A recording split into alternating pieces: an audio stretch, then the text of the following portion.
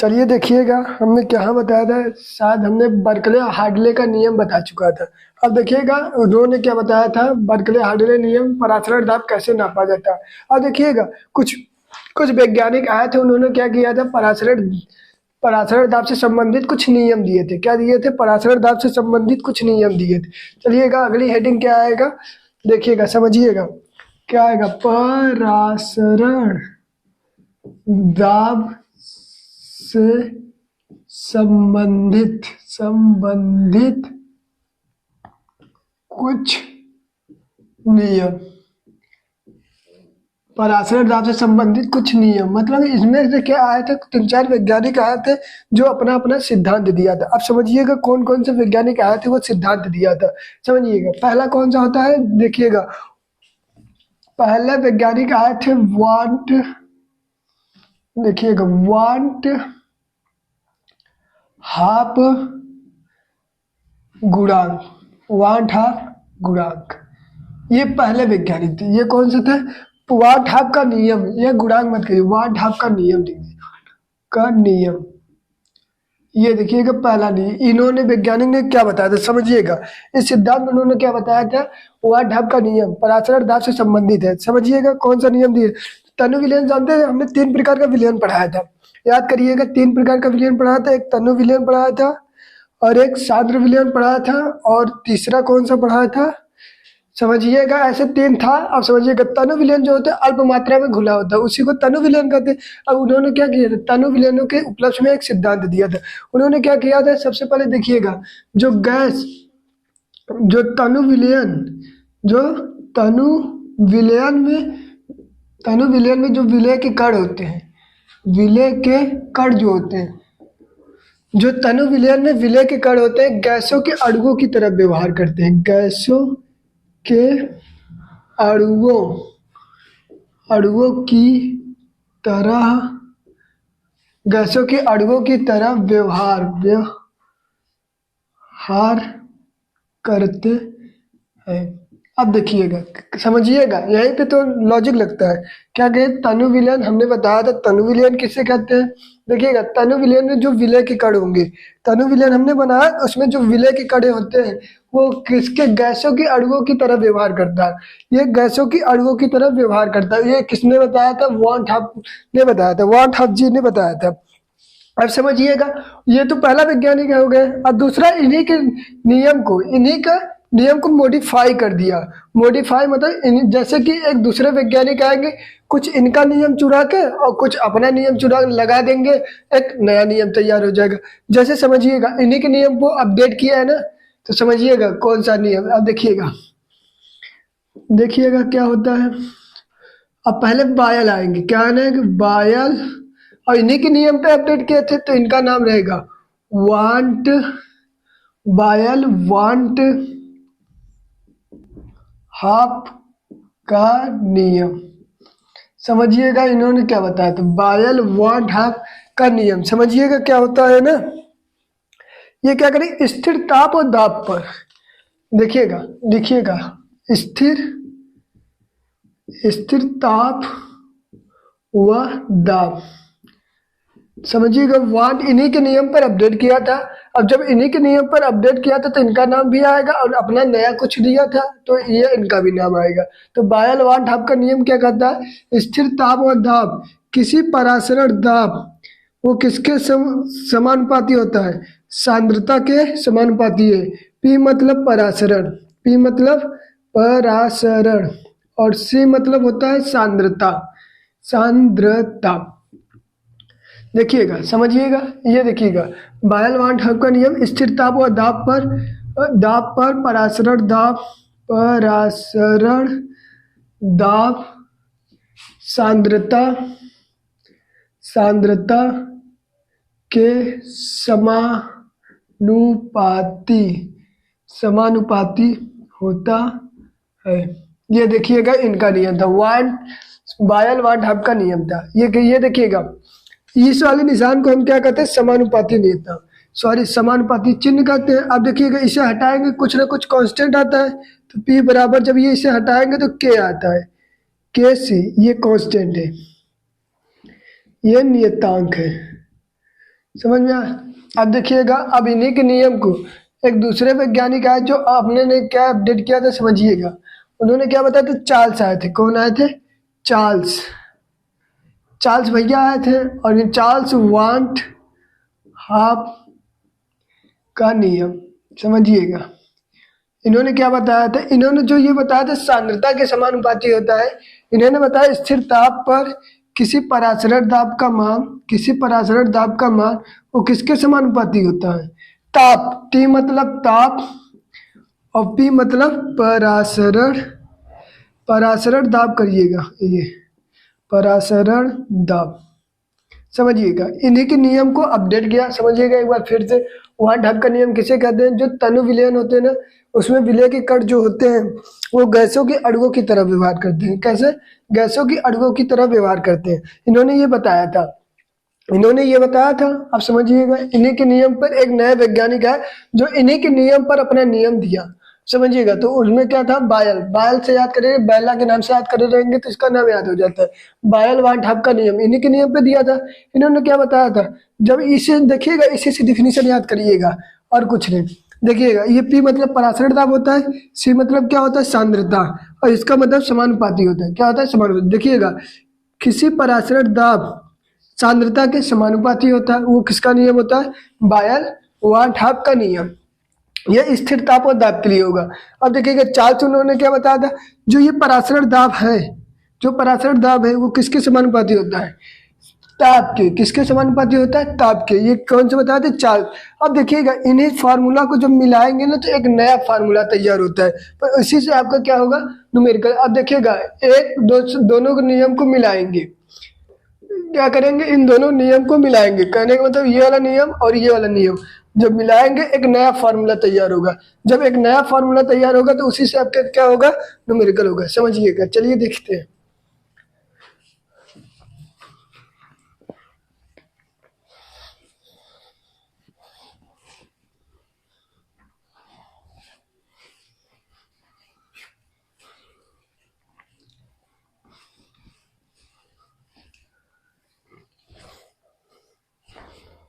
चलिए देखिएगा, उन दोनों नियमों को मिलाएंगे। देखिएगा, समान समान विलयन नो समान विलयनों का समीकरण समीकरण कर दीजिए या मिलाने पर कर दीजिए, कोई दिक्कत नहीं। समान विलयनों का समीकरण। देखिएगा, उन्होंने क्या बताया था? बायल भैया क्या बताया? जो पराशरण दाब था वो किसके समानुपाती हो रहा था? सांद्रता के समानुपाती हो रहा था। और चार्ल्स भैया क्या बताए थे? जो पराशरण दाब था वो किसके अनुपाती था? ताप के समानुपाती था। अब समझिएगा फार्मूला कैसे आता है। अब देखिएगा, यहीं पे लॉजिक समझिएगा। पी पी मिल रहा है तो एक पी करेंगे, कोई दिक्कत नहीं, समानुपाती है, ये एक ही रहेगा, दो है। सी और टी हो गया, समझ में? अब देखिएगा, कहीं कहीं पराशरण दाब को पाई से भी प्रदर्शित करते हैं, और वहाँ पाई पाई का वैल्यू 22/7 मत रखिएगा, समझ में आया? कहीं कहीं पराशरण दाब को पाई से भी प्रदर्शित करते हैं, समझ में आया? अब देखिएगा जी, ये कांस्टेंट है, ये जब हटेगा तो कुछ ना कुछ आएगा कांस्टेंट, तो पी हटा दे, चलिए हटा दिए। अब उसकी जगह पे क्या आएगा? R C T. आर क्या है? देख लीजिएगा, गैस नियतांक है। क्या है? गैस नियतांक। नियतांक इसका वैल्यू फिक्स रहता है 0.0821। ये इसका वैल्यू फिक्स रहता है। ये न्यूमेरिकल में आपको रखना पड़ेगा, नहीं दिया रहेगा या दिया रहेगा तब पर भी रखना हो गया। अब देखिएगा, ये सी है ना, जहाँ सी बराबर क्या होता है? लिखिएगा, सी बराबर जो मोलों की संख्या होती है और आयतन होता है बटे आयतन के अनुपात को क्या कहते हैं? सांद्रता। और समझिएगा, इस वैल्यू को कहाँ रख दें? यहाँ पे रख सकते हैं। सी बराबर यहाँ पे रख देंगे। देखिएगा, देखिएगा P बराबर क्या होगा? आर एन अपान वी, और क्या हो जाएगा? टी। समझ में आया? अब देखिएगा, V को इधर लेके आए, पी वी बराबर क्या हो जाएगा? आर एन टी या आर एन टी। अब देखिएगा, अगर इसे ऐसे भी लिख सकते हैं, पढ़ने में आसानी होगा। पी वी बराबर क्या होता है? N R T. अब देखिए, पढ़ने में आसानी होगा, एन आर टी। अब देखिएगा, एन हमने याद करिएगा, एन क्या है? मोलों की संख्या है। क्या है? मोलों की संख्या। क्या है? मोलों की संख्या। अब देखिएगा, समझिएगा, यहीं पे लॉजिक होता है। मोलों की संख्या है। अब मोलों की संख्या हमने पढ़ा था, एन बराबर क्या होता है? W by M. W by M होता है। अब समझिएगा, तो फॉर्मूला में यही रख दे, पी वी बराबर क्या होगा? एक फार्मूला तो ये तैयार हो गया, एक फार्मूला ये तैयार हो गया, अब एक फार्मूला और हो जाएगा। आर, क्या करिएगा? डब्ल्यू लिखिएगा, डब्ल्यू बाई एम और आर टी, ये रहा। या तो आपको नहीं समझ में आया तो ये वी को नीचे लेके आइएगा, पराशर दाब। पी बराबर क्या हो जाएगा? डब्ल्यू आर टी बराबर एम इंटू वी। ये रहा आपका फार्मूला, इसी से न्यूमेरिकल हो। अब खुद देखिएगा, न्यूमेरिकल करते समय आपको लिखना पड़ेगा ये है क्या चीज। कहने का मतलब ये है क्या चीज, समझिएगा। हम यहाँ पे लिखवा दे रहे हैं, सारे सारे मतलब का लिखवा दे। पहले लिख दे पी का है, जहां लिखिएगा, जहां जहां पी क्या है? परासरण दाब है, परासरण दाब है। क्या है? परासरण दाब है। आप समझिएगा। अब क्या है? डब्ल्यू लिख ले, चलिए डब्ल्यू भी लिख देते हैं। ये क्या है? विलेय पदार्थ की ग्राम में मात्रा। विलेय पदार्थ की ग्राम में मात्रा है। क्या है? विलेय पदार्थ की ग्राम में मात्रा है। अब क्या बचा? आर क्या है? गैस नियतांक है। क्या है? आर क्या है? गैस नियतांक। नियतांक। आर क्या है? गैस नियतांक है, जिसका वैल्यू क्या होता है? फिक्स रहता है 0.0821 या तो 2 पॉइंट, यही रहता है नियर अबाउट। अब क्या बचा? टी। टी लिख लीजिएगा। टी क्या है? ताप है, हो गया। सी भी लिख लीजिएगा, सी क्या है? सांद्रता है। और क्या बचा? एन लिख लीजिएगा, मोलों की संख्या है। एन क्या है? मोलों की संख्या। मोलों की संख्या। अब क्या बचा? वी बचा। वी, वी क्या है? आयतन। वी क्या है? आयतन, किसमें? लीटर में। और समझिएगा, और क्या बचा? आर देखिएगा, पी भी हो गया, आर भी हो गया, एन भी हो गया, टी भी हो गया, वी भी हो गया।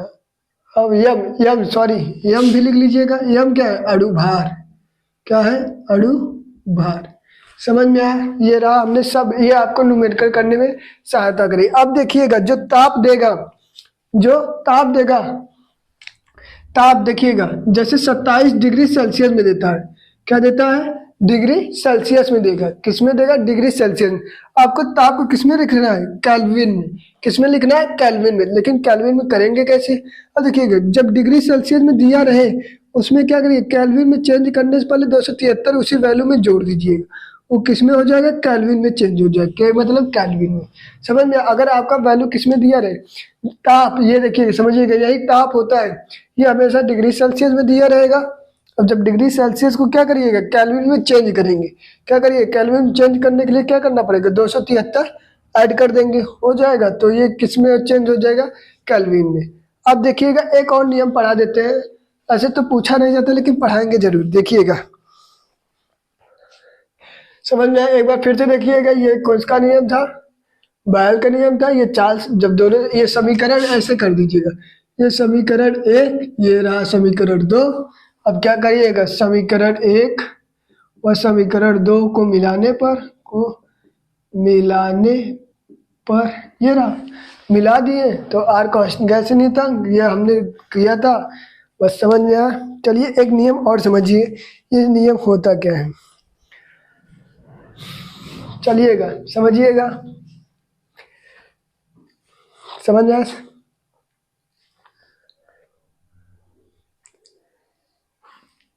चलिए देखिएगा,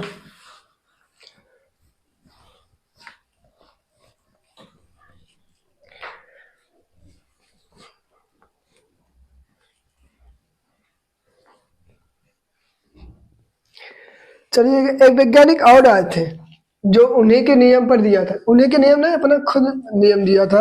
क्या नाम है? अवोगाद्रो। क्या लिखिएगा? अवोगाद्रो। आवा अवोगाड्रो लिखिए।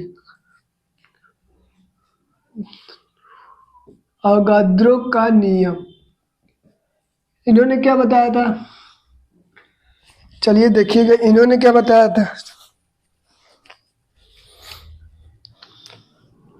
इन्होंने क्या बताया था समझिएगा। देखिएगा,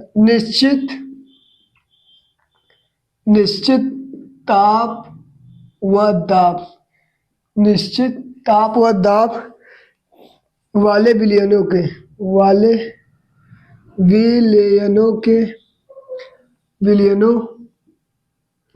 देखिएगा, निश्चित ताप व दाब वाले विलयनों के किस के समान समान समान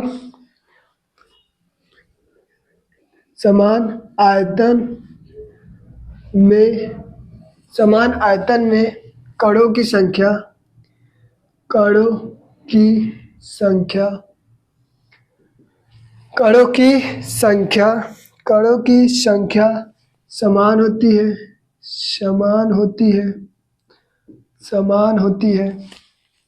समान होती है। देखिएगा इन्होंने क्या बताया था, जो क्या था, निश्चित ताप व दाब पर क्या होगा, जो विलयनों के समान आयतन में कण की संख्या होंगे, जो विलयन के समान आयतन में कण की संख्या होंगे वो क्या होंगे, एकदम इक्वल होंगे। इक्वल मतलब समान होंगे। कहने का मतलब जो आपका ये सांद्रता भी है और क्या है, ताप भी है, दोनों क्या होंगे, कांस्टेंट होंगे, मतलब कोई भी परिवर्तन नहीं रहेगा। ये किसने बताया था, ये अवोगाद्रो साहब ने बताया था। इन्होंने क्या बताया था, निश्चित ताप व दाब वाले विलयनों के समान आयतन में जो होते हैं वो विलयन जो कण होंगे वो समान होंगे। किसके कण होंगे, आयतन में जो विलय के कण होंगे वो समान होंगे। जब समान होंगे तो इसमें से कोई परिवर्तन नहीं, मतलब कि जिस वैल्यू में कोई परिवर्तन नहीं होता उसी को कांस्टेंट हो जाता है। समझ में आ इतना पूरा। अब चलिए एक नियम और पढ़ाते हैं। एक नियम और क्या होता है समझिएगा, समपराशरी विलयन। ये हो गया। अब देखिएगा नया टॉपिक है न्यूमेरिकल, अभी इसकी बात करा देंगे। नया टॉपिक क्या है, समपराशरी विलयन। समपराशरी विलयन क्या होता है, समपराशरी विलयन समझिएगा ये क्या होता है। चलिए देखिएगा समपराशरी विलयन। देखिएगा पहले हम दो पात्र लेंगे, ऐसे दो विलयन, मान लीजिए हमने दो पात्र लिया, दोनों पात्र लिया। अब देखिएगा ऐसे दो विलयन क्या करिएगा, ऐसे दो विलयन लीजिएगा जिनका परासरण दाब, इसमें मान लीजिए परासरण दाब नापेंगे, इसमें भी पी नापेंगे, इसमें भी पी नापेंगे। अब जब दोनों पी नापेंगे तो जब समान हो जाए, परासरण दाब समान हो जाए तो उसी को क्या कहा जाता है, समपराशरी विलयन। अब देखिएगा समझिएगा, ऐसे दो विलयन जिनका परासरण दाब आपस में क्या हो जाए, समान हो जाए। ऐसे दो विलयन जिनका आपस में परासरण दाब समान हो जाए उन्हें क्या कहते हैं, समपराशरी विलयन। चलिए डिफिनीशन लिख लीजिएगा। चलिए लिखिएगा। देखिएगा ऐसे दो विलयन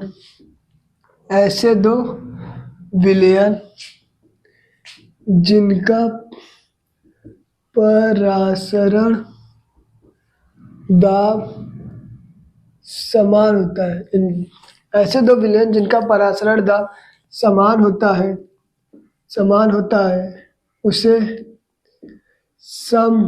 समपराशरी विलयन कहते हैं। देखिएगा ऐसे दो विलयन जिनका परासरण दाब समान होता है उन्हीं को क्या कहा जाता है, समपराशरी विलयन। नोट करिएगा।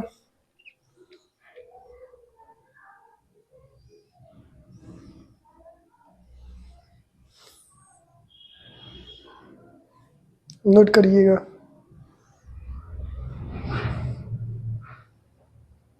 चलिए देखिएगा दो विलयन था, मान लीजिएगा दो विलयन क्या था, मान लीजिएगा दो, ये समझिएगा दो पात्र हैं। अब इनमें भी परासरण दाब P है, अब इसमें भी परासरण दाब P है, तो दोनों विलयनों के लिए इसे क्या कर लीजिए, P1 मान लीजिएगा, इससे P2। समझ में आ, इसे P1 मान लीजिएगा और इसे P2 हो गया। अभी उस वाले दोनों नियमों में पढ़े थे आपने, क्या पढ़ा था, P बराबर क्या पता, CRT, यही पढ़ा था। और इसमें भी पढ़ा था सेम होगा CRT। अब ये दोनों कांस्टेंट है तो ये तो साम्यता है, इसमें तो परिवर्तन हो सकता है। अब देखिएगा ये क्या होगा, RT से RT कैंसिल हो गया तो इससे क्या बचा, C1 बराबर C2 बचा। अब देखिएगा उस वाले नियम में हमने क्या बनाया था, C बराबर क्या बता N अपान V पढ़ाया था। अब दो है कि एक को क्या मान लीजिएगा N1 और एक को V1 और दूसरा को N2 और दूसरा को V2, समझ में आया? अब रख दीजिएगा, यहाँ पे रखेंगे N1 V1 बराबर क्या होगा N2 V2, समझ में आया? अब क्या करिएगा, N बराबर क्या पढ़ा था, मोलों की संख्या बराबर W/M, क्या पढ़ा था W/M। अब देखिएगा W क्या है W1 M1, दो विलयन है, क्या करिएगा सिंपल रखिएगा, क्या हो जाएगा W1 M1 V1 क्या हो गया W2 M2 V2, ये रहा समपराश्रय विलयन का फार्मूला। इसी पे क्या होगा आपका न्यूमेरिकल होगा। देखिएगा फिर से समझिएगा समपराश्रय विलयन कैसे करते हैं। ऐसे दो विलयन दो रहेंगे, एक कभी नहीं रहेगा। जैसे कंपेयर करते हैं ना, पराश्रय आप निकालते रहते हैं, जब निकालते रहेंगे तो दो वैल्यू समान आएगी। दो वैल्यू जब समान आ जाएगी तो उन्हें क्या कहेंगे समपराश्रय विलयन।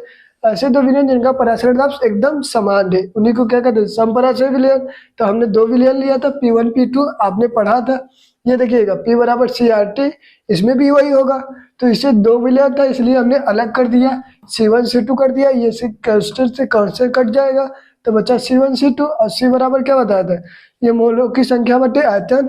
ये हमने वैल्यू रख दिया, इसको N2 V2 कर दिया।